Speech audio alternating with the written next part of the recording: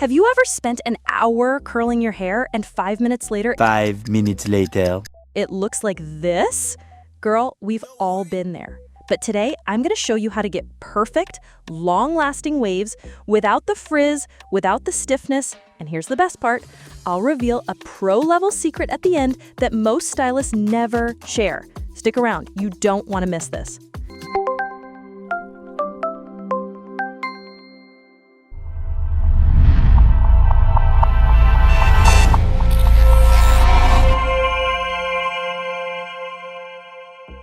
Tools you need.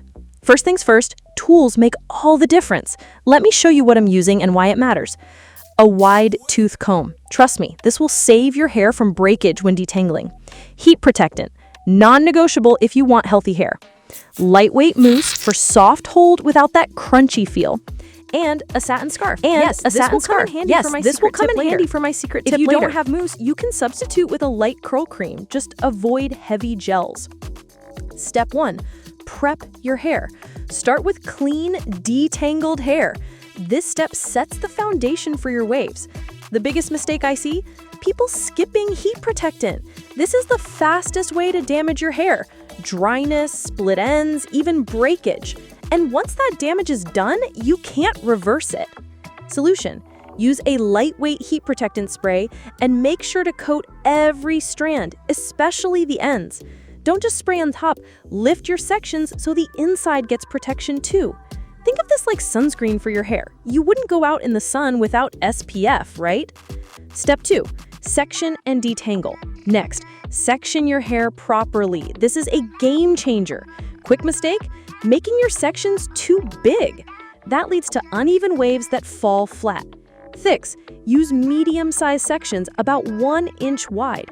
Here's why. Small sections give you tighter curls, big give you loose waves that don't last. Medium is the sweet spot, bouncy, natural-looking waves. Here's a little tip. Clip the rest of your hair up so it's out of the way. Trust me, this will make curling so much easier and faster. Step 3, curling technique. This is where the magic happens, curling. Another mistake?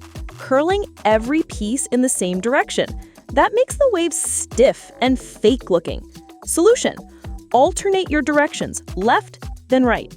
This creates movement and dimension. And here's something most people miss. Don't clamp the iron too tight, just a light grip. This helps the waves look soft and effortless, not crimped. An extra tip: if you have layers, start curling from the shortest pieces first. That way everything blends beautifully. Step 4, setting and finishing. Now let's lock everything in. Mistake alert! Using too much product. I know the temptation.